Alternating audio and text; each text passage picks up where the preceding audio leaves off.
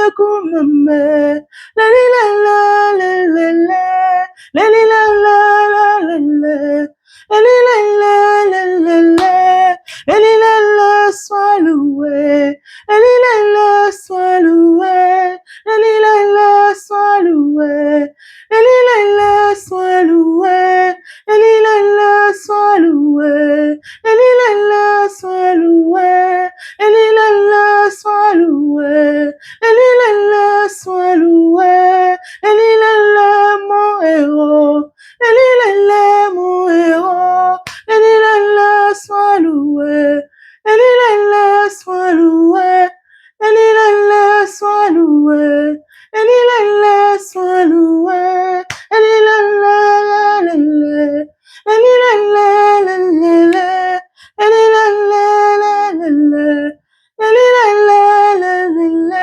alanga langa la la la la li la la la la la alanga langa la la la la li la la la la la la li la la la la la la li la la la la la.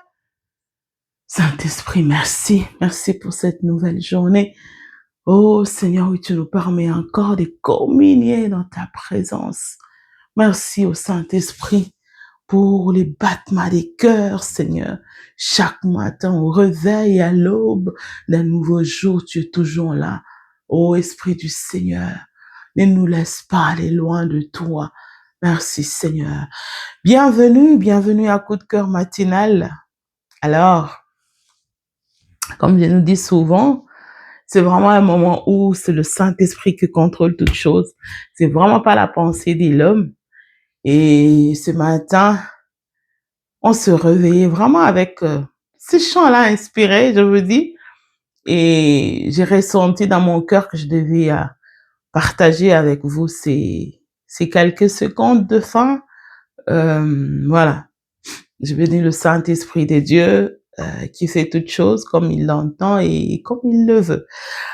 Alors, par ceci, c'est pour tout simplement vous dire que cette tranche ou ce moment matinal que nous partageons ensemble, ce n'est pas vraiment un moment où on est borné, on reste vraiment, comment on va dire, on reste vraiment comme si c'était un moment d'enseignement. Non, non, non, non, non, non.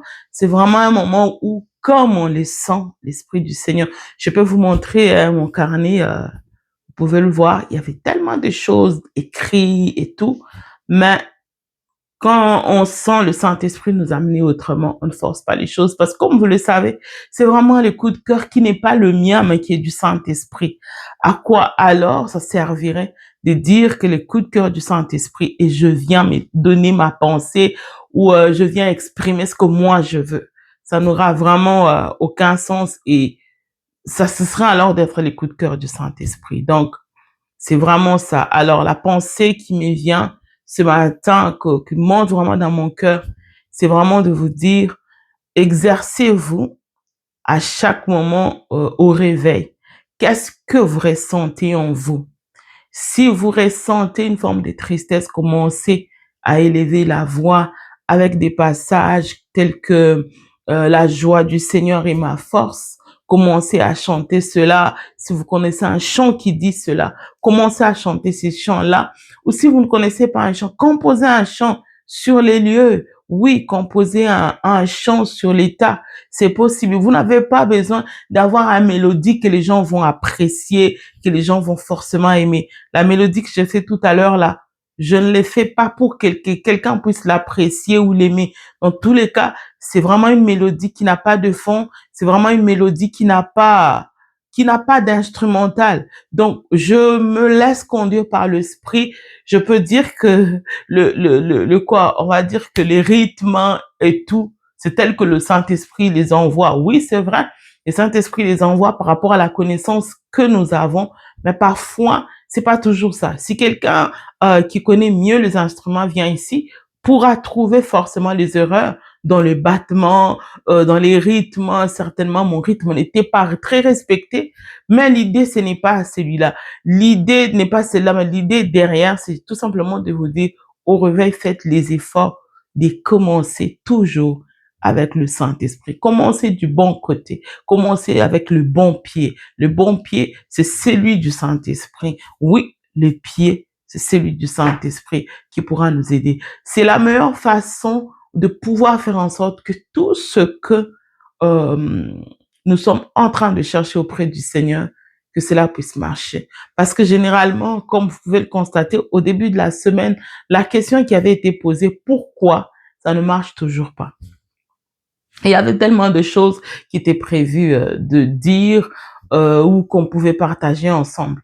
Mais je me rends juste compte que le Saint-Esprit conduit les choses à sa manière et je ne veux pas du tout forcer le Saint-Esprit. Quand on est à l'école du Saint-Esprit, on apprend à suivre même on va dire les simples instructions, oui, qui peuvent paraître simples, mais derrière cela se cache vraiment une vraie construction, reconstruction d'une personne que le Seigneur va utiliser demain, une personne que le Seigneur va marcher avec dans beaucoup de choses. C'est vraiment ça l'idée vraiment principale. Et comme vous pouvez le constater, il y a des moments comme ça où je suis vraiment free. Il n'y a pas je veux dire, il n'y a pas des référencements, il n'y a rien. On se laisse juste conduire tel que le Seigneur nous les dépose dans le cœur. J'aimerais juste dire à quelqu'un, si tu crois en Dieu, enlève la peur. Parce que la peur ne marche pas avec la foi. Ou tu fais confiance en l'Éternel, ou tu ne fais pas confiance. Et c'est généralement, ça fait partie de choses qui font que quand on prie, parfois on ne voit pas des résultats. Pas parce que Dieu ne nous donne pas des résultats, mais tout simplement parce que il y a comme un double langage que nous sommes en train de... attendez, je vais juste bien placer ce micro. Voilà. J'espère que cette fois-ci c'est mieux.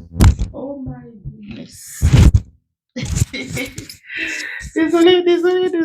Je vais juste mieux le faire. Ouais, je préfère mettre ça ici. Ouais. Donc, c'est un peu ça. Ça envoie comme un double message auprès du Seigneur. Vous avez foi en lui, mais en même temps, vous avez peur. Parce que, comme vous le savez, quand on a foi, la peur n'a plus de place. Quand on a foi, je peux dire que la honte non plus n'a pas de place parce que sincèrement, il y a certaines choses que nous faisons parfois, même si les gens me regardent, mais moi, je sais que ce que je fais, je le fais par foi et par obéissance par rapport à celui qui m'a envoyé et m'a demandé de le faire. C'est vraiment ça, en fait. Alors, contrôlez-vous. Vous dites que vous avez confiance en Dieu. Vous dites que vous avez foi en Dieu. Est-ce que en vous, il n'y a pas est-ce qu'en vous, il n'y a pas une quelconque peur d'une manière ou d'une autre? Parce que la peur, elle est humaine. Oui. La peur, elle est humaine. Si vous expérimentez la peur, ce n'est pas la fin du monde et ce n'est pas non plus, je veux pas dire que c'est pas un péché, mais c'est humain, en fait. C'est humain. Maintenant, ce qu'il faut faire, c'est de pratiquer, en fait, euh, la culture de la foi qui fait taire la peur. Parce que la peur, c'est une arme fatale et le diable le sait. Le diable le sait. Dès que la peur te saisit, elle saisit ici, elle va vraiment te tétaniser en fait. Elle te vide la tête. Elle te vide de la force. Voilà, vous devenez vraiment vide. La peur, elle te vide. Alors, pour éviter de ne pas être vidé, la meilleure des choses, ressourcez-vous. Ressourcez-vous, exposez-vous à des moments de prière prophétique. Aussi, ayez beaucoup de moments où vous-même, vous mettez juste à louer le Seigneur, à adorer Dieu, parfois par des cantiques, parfois par des paroles, comme une personne folle dans la maison, dans la chambre, sans vraiment que ça soit, je veux pas dire solennel, formel, mais mettez-vous juste à parler au Seigneur. Vous savez, parfois, quand on se met à parler à Dieu en mode Seigneur, parfois, les nerfs s'étirent un peu et tout, et on se fatigue vite. Mettez-vous en mode relax. Parlez à votre Dieu, parlez à votre papa, sans se poser trop de questions. Parle-lui tout simplement. Vous ne savez pas combien de fois Le Seigneur reçoit des prières pendant que nous, on est distraits. Parce que n'oubliez pas que les pensées sont des prières. Mais si nos pensées sont des prières, a fortiori, nos paroles que nous adressons devant le Seigneur en toute conscience, sans forcément parce que j'entends les gens dire, quand je me mets à prier, j'ai mal à la tête. En fait, c'est-à-dire que vous vous mettez en mode, parce que je suis en train de prier. Non, détendez-vous. Parlez à Dieu. Le plus important, n'ayez pas la peur. Quand vous parlez à Dieu, ayez confiance. Soyez sûr de ce que vous êtes en train de dire. Si j'ai dit Dieu est puissant, voyez Dieu dans sa puissance.